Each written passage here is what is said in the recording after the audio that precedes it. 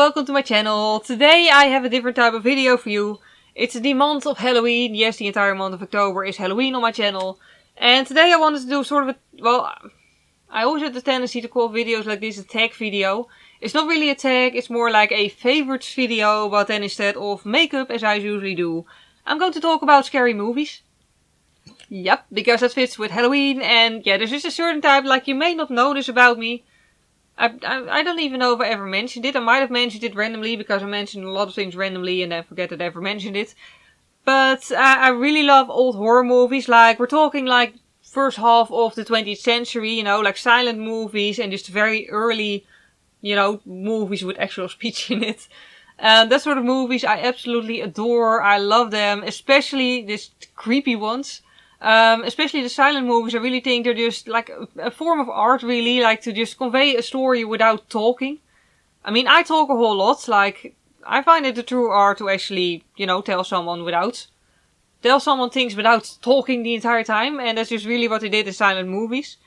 So yeah, basically I just made a list of 5 of my favorite creepy old movies, just in case you want something fun to watch. You know, in the holiday season, well, Halloween season. Halloween is a holiday. Also, most of these movies, actually all of them, I have watched them on YouTube in the past. They're so old that no one seems to still care about copyright and stuff. So, you can probably find them on YouTube or other, like, websites where they show movies and stuff. So, the first one on my list, yes, I made a list in my schedule, it's like this small. I almost need a magnifying glass to read it, but point is, first one is The Man Who Smiles. Yeah. The title doesn't seem very creepy. It's actually not a horror movie, by the way. I gotta admit, this one is not a horror movie. But it is relatively creepy, and it's, well, I think it's just a very awesome movie. It's like, seriously, honestly, one of my favorite movies ever. It's a silent movie, and it's about, well, let me start at the beginning. Like, there's a country, and there's a king, and there's a jester, and of course the jester is evil, because everyone knows jesters are always evil. In movies at least they are. But yeah, there was a dude who did something bad, and then the king wanted to punish him, and the jester, like I said, was just a really evil guy, so he had the guy's son, pretty much just like, operated on by a group of people. I forgot what they were called, but they made it so, like, not in a Joker-esque way with like scars, but literally that, he looked like that all the time. Like, literally, I think for the adult, I don't know how they did it with the child, maybe just had the child version smile, but from the point where he's like an adult in the movie, I think they had him wear like oversized, like, upper teeth and all this, so his face was constantly in this sort of a grin, which looks quite terrifying, especially in like black and white silent movie style. So yeah, the whole story is like the kid escapes because all the guys who, like, the people who did those sort of creepy operations had to leave the country for some reason. All of them, they were banned. They left him behind because they were like, whatever, we don't care. Nice to know as a child, you know, you're just being left behind by your people. But yeah, so they left him behind. He randomly found a baby. I don't quite remember how the baby ended up there. But he takes the baby along, because why not? And he ends up at an old guy's house. More like a trailer, really. The old guy was a philosopher. A philosopher, yep. I have no idea how philosophers actually earn their money. Neither did that guy, apparently, because he decided to use the boy for a freak show to get money. Okay, fair enough. That's just what they did in those days. Not very, very nice, really, because those, like, the freaks were pretty much treated as cattle. But yeah, he was treated pretty well, like, they were just like a nice happy family, sort of. With a girl, like the baby was a girl who was also blind and fell in love with the man who smiles. Just so you know, and I'm really trying to tell the story here without spoiling the entire thing, because, like, I'm very bad at telling people about movies without spoiling it, but I'm really trying. If I accidentally spoil something, I'll probably just cut it out. But yeah, point is, they go travel, and then from that point onwards, there's like this whole thing of like, you know, like royalty and like weird affairs and mistreatments and people wanting to prove something to others. In the end, he gets taken, then he flees, then he has to flee some more. And, you know, there's fighting and there's running over rooftops. It's really cool, actually. And yeah, then there's the ending of the movie. I really love the entire thing. One thing with silent movies is it takes some practice to watch them. Sounds like a weird thing to say about a movie, but like the thing with silent movies is, on one hand the pace can look quite slow because they're not talking, you're just looking at people mimicking things. And then there's like suddenly randomly a card of text explaining what you just saw or what you're going to see. But the point is, if you just look away for like 12 seconds, you miss a block of text and you're suddenly like completely lost and don't know what the movie is about anymore. That's one thing with silent movies, you really gotta keep your attention to it, and that is the reason why I really love this particular movie. It keeps my attention, like, it's so fascinating, and like, especially the main actor, the guy who smiles all the time, he plays it so well, because despite the fact that his face is like constantly in the screen, he still manages to like convey emotions, lots of negative emotions as well, despite the fact that he has to smile all the time. Yet he still manages to like actually become a character and not just a plastic stiff face that smiles. Like he does it really, really well. Then second off, there is The Cabinet of Dr. Caligari, which incidentally, one guy in the movie is actually played by the same actor as the man who smiles. Random thing, but anyway.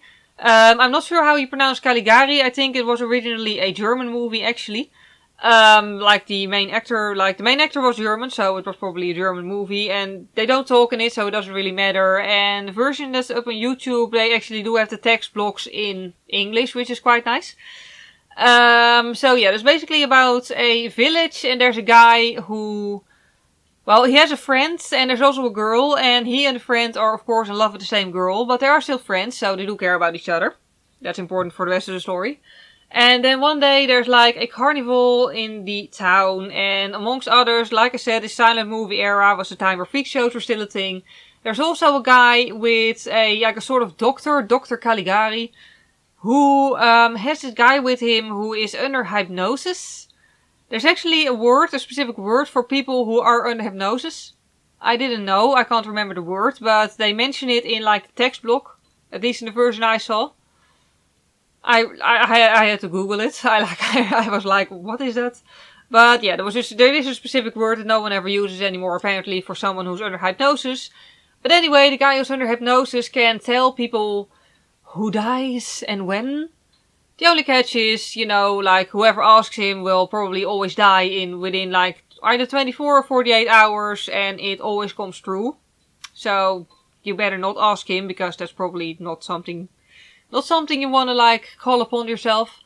But yeah, so it always comes true, and of course the friend of the like main dude actually, like, and by the way, the actor from like The Man Who Loves plays the guy who is under hypnosis.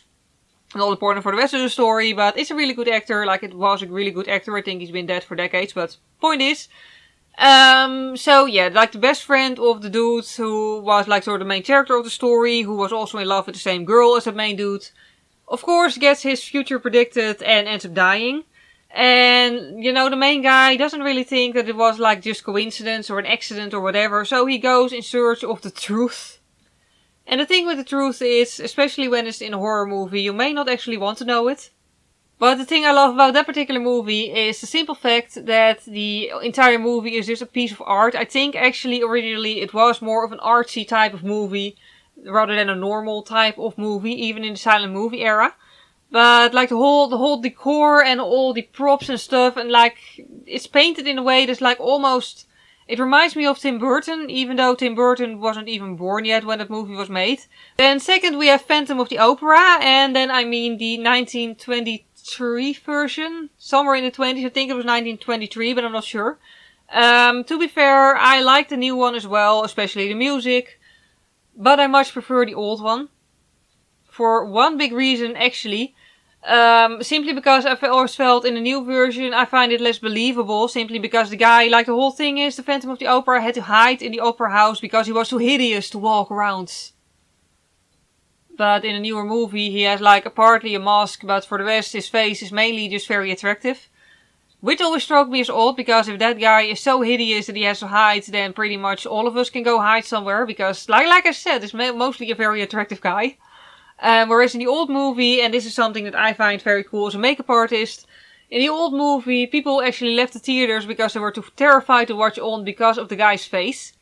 Like, it was one of the very first real big things of special effects makeup. Like, they really made his face almost like a skull-like nose, horrible skin, horrible mouth.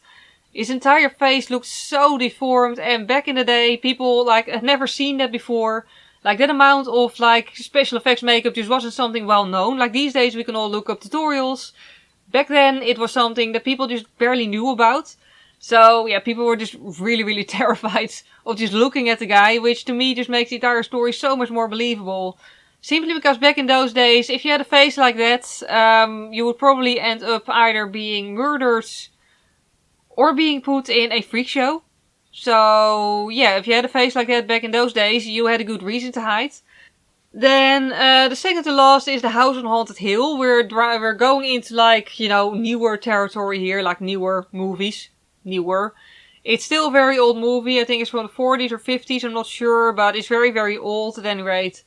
But it already is with, like, speech, so it's, you know, if you're not into the whole silent movie thing, then, you know, this is an easier one to watch because people are actually talking. The main actor is Vincent Price, who I think was a really, really amazing actor as well. Like, really amazing, and especially in horror movies, because the guy just had something creepy in a good way. So yeah, this one is about, like, I think there's also a newer remake, but the old one is a lot more simplistic, and I think it has a certain charm that just can't be, reproduced by a newer version, I think. But yeah, it's about a group of people who get offered money, a large amount of money, to spend the night. They don't know each other, by the way, but they have to spend the night in a house that's supposedly haunted. And they all get invited there by a rich dude and his fiancée, wife, whatever it was. And yeah, then of course creepy stuff happens, like people end up dying, people end up almost losing their minds, and then the final thing is just like a whole... There's a plot twist. There's a big plot twist, and it's like a really, really cool movie. Just because it leaves you guessing throughout the entire movie, but also it has some cool jump scares, like quite frankly... Yeah, that was a really funny thing when I was in London with my dad last year. We watched that movie in the hotel because it happened to be on TV for some reason. Doesn't happen often with movies that old, but it happened to be on TV. And there's this one scene, a bit of a spoiler maybe, but one scene where like someone is searching through something and there's suddenly a creepy view of someone standing there creepily. I'd seen that image before, so I saw it coming, so I was like, oh cool. My dad was like, he really, really startled. And it was so funny. But yeah, anyway, it has its funny bits as well. Like, a part of the ending is also very funny, like the whole way they portray it. And this is really my favorite kind of horror movie, you know, the ones that are like creepy, genuinely creepy, have a good story, but still have some humor in them as well. And lastly, we have Dominique. I don't really know how to pronounce that, but Dominique, you know, it's a movie. This is one of which I actually don't quite remember the entire plot, to be honest. I watched it ages ago, but I do remember liking it. Because it's sort of a mixture between a horror movie and a thriller and a detective story. A bit more gruesome and bloody than a detective story usually is, but it's a sort of a mixture of it all. It's about a woman who goes back to like a family house, and like murders happen, someone hangs himself at least, and there's like ghost sightings. But, you know, you never quite know with that movie. Like, throughout the entire thing, it leaves you guessing who's lying, who's telling the truth, what is actually going on. Like, it's just one big mystery, and I love that, because they don't actually spoil anything until the very end, when there's, like, the big reveal of what was actually going on. And yeah, that brings us to the end of this list. I really hope this video was useful to some of you, if you're still looking for cool movies to watch around the Halloween time. And also, if you have some, like, old movies, like I said at the beginning, like, you know, first half of the 20th century, old movies that you recommend, then I'd love to hear it. Please leave that down below in the comment section. I'd love to hear it, because I really want to watch more movies that I haven't yet seen.